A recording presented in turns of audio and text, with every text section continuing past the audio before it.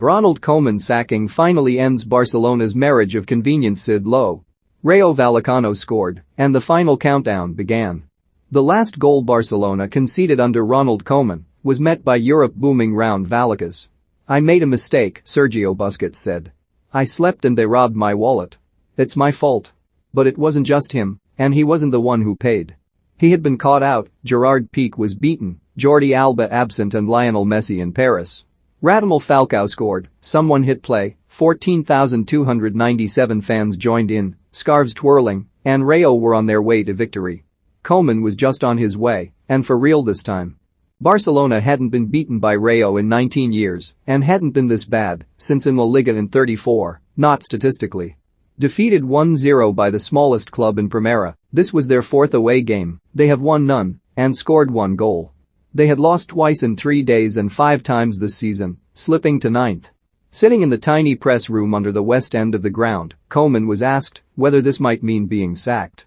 "Don't know," he said, sounding like a man who did. If only because he has known for some time. Everyone knew it was coming, just not necessarily now. The chronicle of a death foretold, the only thing anyone laments about Koeman's departure is that it was late. Sitting in the director's box, Joan Laporta, the president who considered his coach their coach, another inherited problem, had seen enough. Barcelona left Vallecas and headed north to Barajas to fly home. Calls were made, and by the time they landed it was done. The Dutchman had been told of the decision on board.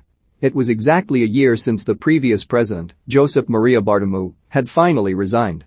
The official announcement was made at 00:17 in Barcelona.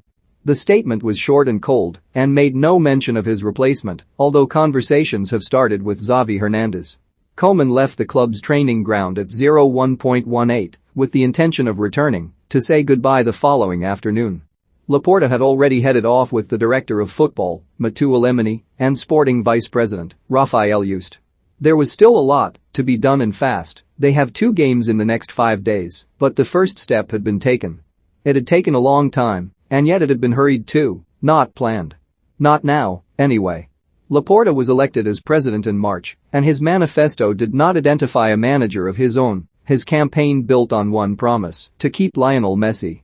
If the Copa del Rey win and Barcelona's ability to get back into the title race drew them momentarily closer, the way they blew it, losing to Granada and drawing at Levante, pushed them further apart again. That loss, Laporta believed, was unacceptable, and in the summer the president told his coach he was going to take a fortnight trying to find a replacement. If he could not, then Koeman could continue. He could not. Laporta sought candidates in Germany, but had neither the money nor the project to promise them, and so on it went. And on, and on. Koeman was backed in the market insofar as Barcelona could do anything at all, given their €1.35 billion debts. Memphis Depay, Eric Garcia and especially Luuk de Jong were players he wanted, but doubts never went away. After defeat against Benfica in the Champions League, Laporta again tried to find an alternative, even briefing that a sacking was imminent, but again he failed. Jordi Cruyff had encouraged him to be patient, not least because Cruyff didn't want to find himself forced to step in, yet more significant was the cost of replacing Koeman and the absence of an alternative. Now there is one. Recently crowned Qatari Cup winner Xavi is available. Laporta's initial reluctance to turn to him, a young untested manager who had been the key figure for his electoral rival Victor Font, has been overcome by circumstance too. Koeman had always known that circumstance kept him here, that this was a marriage of convenience, and that Laporta had little love for him. Increasingly, he had said so publicly too, the conflict out in the open. "I have ears and eyes," he had said, acutely aware that he was being constantly undermined. In a 2min49sec statement, he had demanded backing in word and deed, and said again his position once more. In short, that he didn't have much to work with. Realism was a recurring theme, although it sounded a lot like an excuse, and the pessimism didn't help. When he asked, "What do you want us to do? Play tiki-taka?" Not only was it incendiary, the answer was obvious: well, yes. All of that opened greater fault lines with the club. "What I don't like is a conformist attitude, a certain defeatism. That can't be allowed at Barcelona," Laporta insisted, but he would allow it, at least temporarily, because he did not have any alternative. After defeat at Atletico, Koeman revealed that the president had called him and backed him. They would move on together. An attempt was made to put up a united front. Club cameras showed them embracing at the training ground, all smiles. The tension was taken out of the press conferences. He deserves a margin of confidence, Laporta said. He's very Barcelonista. Not, we like his work. Not, we know he will get this right. Not, we're in this together. More, he scored at Wembley, remember?